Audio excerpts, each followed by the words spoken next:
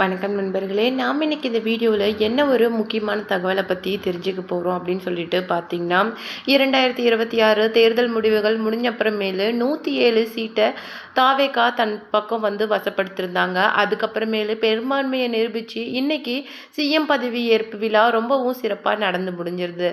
தமிழக மக்கள் எதிர்பார்த்த மாதிரியே அவங்களுடைய விருப்பத்துக்கு தகுந்த மாதிரி இன்னைக்கு 70 ஆண்டுகால அரசியல் அப்படிங்கிறது இன்னைக்கு மாற்றம் பெற்று புதிய சிஎம்மா, அதாவது 13வது சிஎம்மா இன்னைக்கு ஜோசப் விஜய் வந்து அந்த இடத்துல உட்கார்ந்திருக்காரு. அது மட்டும் கிடையாது, இதில் இன்னொரு முக்கியமான விஷயம் என்ன அப்படின்னு சொல்லிட்டு பார்த்தீங்கன்னா, அவர் சிஎம் ஆன அப்புறமும் கூட அவரை பற்றின நெகட்டிவாக பேசின சில விஷயங்கள், அதாவது டிஎம்கேவோட ஊப்பிகள் அப்படின்னு சொல்லப்படுற நிறைய பேர் இன்னமும் அவரை பற்றி தப்பாக பேசிட்டு வராங்க. அதில் முக்கியமாக குறிப்பிடத்தக்க ஒருத்தர் யார் அப்படின்னு சொல்லிட்டு பார்த்தீங்கன்னா, பிக் பாஸ் ஃபேம் ஜூலி தான்.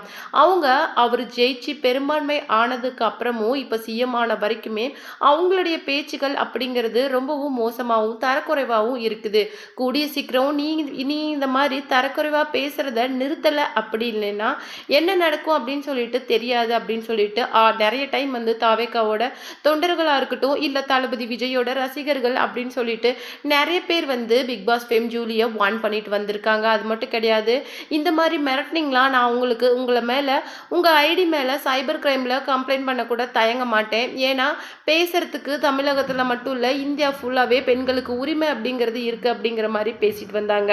அந்த வகையில் அவங்களுக்கு சரியான பதிலடி கொடுக்குற மாதிரி ஆக்டர் ஜெய் பேசின விஷயங்கள் தான் இன்னைக்கு சமூக வலைதளங்களில் மிகப்பெரிய பரபரப்பை ஏற்படுத்தியிருக்கு. அவர் என்ன சொல்லியிருக்காரு அப்படிங்கிறத பற்றி தான் நாம் இந்த வீடியோவில் டீட்டெயிலாக பார்க்க போகிறோம். வீடியோக்குள்ளே போகிறதுக்கு முன்னாடி நீங்கள் நம்ம சேனலுக்கு புதியவராக இருந்தால் மறக்காமல் சிபி ட்ரெண்டிங்கை சப்ஸ்கிரைப் பண்ணி ஃபாலோ பண்ணிக்கோங்க.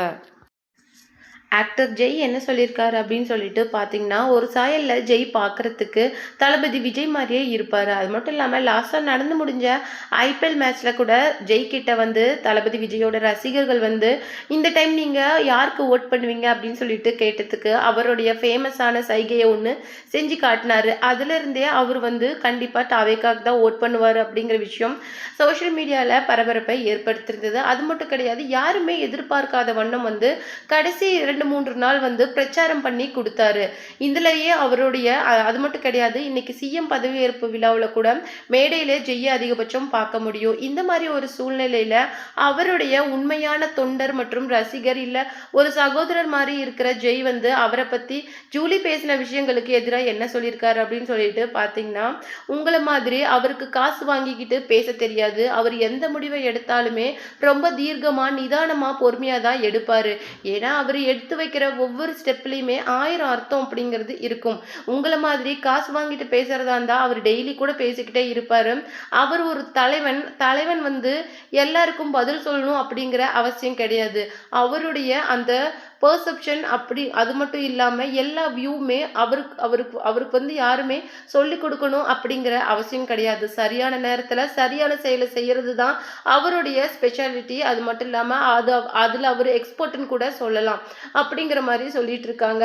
உண்மையிலேயே இப்படி பேசுகிறவங்களுக்கு உண்மை நிலவரம் அப்படிங்கிறது தெரிஞ்சு பேசுகிறீங்களா இல்லை வேணும்னே பேசுகிறீங்களா அப்படிங்கிறத இன்னமும் என்னால் புரிஞ்சிக்க முடியல. ஏன்னா இப்போ வந்து மாற்றம் வேணும் அப்படிங்கிறதுனால தான் 1,70,00,000 மக்கள் வந்து இன்னைக்கு ஒரு தலைவனை தேர்ந்தெடுத்து உட்கார வச்சிருக்காங்க.